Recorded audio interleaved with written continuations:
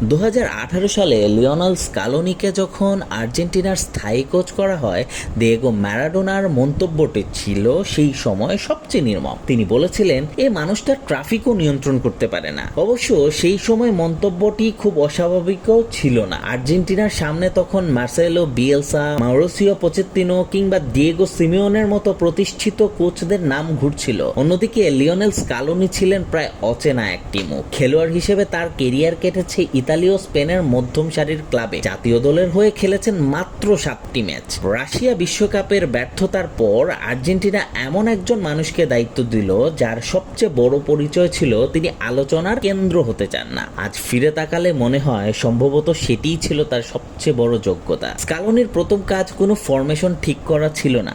তার সবচেয়ে গুরুত্বপূর্ণ দায়িত্ব ছিল লিওনেল মেসিকে আবার জাতীয় দলে ফিরিয়ে আনা। তারপর একটি ফোন কল, একটি ছোট বার্তা, হাই লিও, আমি স্কালোনি, পাবলো আর আমি তোমার সঙ্গে কথা বলতে চাই। ব্যাস, অনূর্ধ্ব 20 জাতীয় দলের দায়িত্বে থাকা অবস্থায় পাঠানো সেই বার্তাটি ছিল শেষ পর্যন্ত আধুনিক আর্জেন্টিনা ফুটবলের মোড় ঘুরিয়ে দেওয়ার মুহূর্ত। মেসি ও স্কালোনির সম্পর্ক অবশ্য তারও আগে তৈরি হয়েছিল। 2005 সালে মেসির আন্তর্জাতিক ফুটবলে অভিষেক ম্যাচে লাল কার্ড দেখার পর হতাশ তরুণটির পাশে দাঁড়িয়েছিলেন যিনি, তার নাম লিওনেল স্কালোনি। বহু বছর পরে অবশ্য মেসি স্বীকার করেছিলেন স্কালোনির মধ্যে তিনি বড় ভাইয়ের ছায়া খুঁজে পেয়েছিলেন। এই ধরনের সম্পর্ককে অনেকেই আবেগ বলে উড়িয়ে দেন, আমি অবশ্য তা মনে করি না। ড্রেসিং রুমে বিশ্বাস একটি ট্যাকটিক্যাল ধারণার মতোই গুরুত্বপূর্ণ। একজন ফুটবলার যদি জানেন, তার কোচ থেকে বুঝতে পারেন, তাহলে তিনি নিজের সীমার বাইরেও খেলতে প্রস্তুত থাকেন। স্কালোনির সবচেয়ে বড় সাফল্য এখানেই, তিনি কখনো মেসিকে কেন্দ্র করে একটি দল তৈরি করেননি।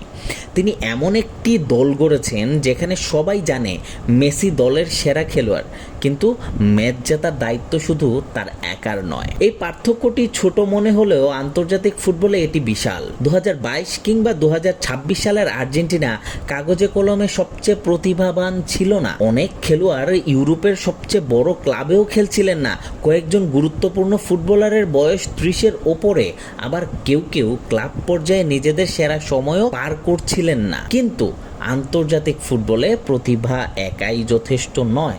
আপনার প্রয়োজন এমন একটি পরিবেশ যেখানে প্রতিটি খেলোয়াড় নিজের ভূমিকা স্পষ্টভাবে বুঝবে। স্কালোনি সেটিই তৈরি করেছেন। এই বিশ্বকাপে আমরা তা দেখতে পাচ্ছি। মিশরের বিপক্ষে 2 গোলে পিছিয়ে থেকেও দল ভেঙে পড়েনি। ক্যাপ ভার্দের বিপক্ষে শেষ মুহূর্ত পর্যন্ত বিশ্বাস হারায়নি। এসব শুধু মানসিক দৃঢ়তার গল্প নয়, এগুলো একটি সুস্থ ড্রেসিং রুমের লক্ষণ। অনেকে স্কালোনিকে শুধুই শান্ত স্বভাবের মানুষ হিসেবে দেখেন, কিন্তু তাতে তার ট্যাকটিক্যাল দক্ষতা আড়ালে পড়ে যায়। 2022 সালের বিশ্বকাপ ফাইনালে ডি মারিয়াকে বাম দিকে রেখে ফ্রান্সের রক্ষণকে ছড়িয়ে দেওয়া ছিল একটি অসাধারণ কৌশলগত সিদ্ধান্ত। এবারের টুর্নামেন্টেও তিনি একই নমনীয়তা দেখিয়েছেন। উইঙ্গারের ঘাটতি থাকায় মাঝমাঠকে আরও ঘন করেছেন। প্রয়োজনের সময় রোমারিকো উপরে তুলছেন, আবার হুলিয়ান আলভারেজকে নিচে নামিয়ে ম্যাকালিস্টারের অবস্থান বদলেছেন। বড় কোচদের একটি সাধারণ বৈশিষ্ট্য আছে, তারা কোনো নির্দিষ্ট দর্শনের প্রেমে পড়েন না। তারা নিজেদের খেলোয়াড়দের জন্য সবচেয়ে কার্যকর সমাধান খুঁজে বের করেন। স্কালোনি এখন সেই পর্যায়ে পৌঁছে গেছেন। আর্জেন্টিনার কেন্দ্রবিন্দু এখনো লিওনেল মেসি, এটি বদলানোর প্রয়োজনও নেই। কিন্তু স্কালোনির সবচেয়ে বড় কৃতিত্ব হলো তিনি এমন একটি দল তৈরি করেছেন যেখানে মেসিকে আর একা ম্যাচ জিততে হয় না। ফুটবল ইতিহাসে অনেক মহান কোচ এসেছেন যারা দুর্দান্ত কৌশল তৈরি করেছেন, আবার অনেক কোচ এসেছেন যারা অসাধারণ ড্রেসিং রুম গড়েছেন। খুব কম কোচই এসেছেন এই 2 কাজ একসঙ্গে করতে পারেন। লিওনেল স্কালোনি এখন সেই বিরল তালিকার একজন।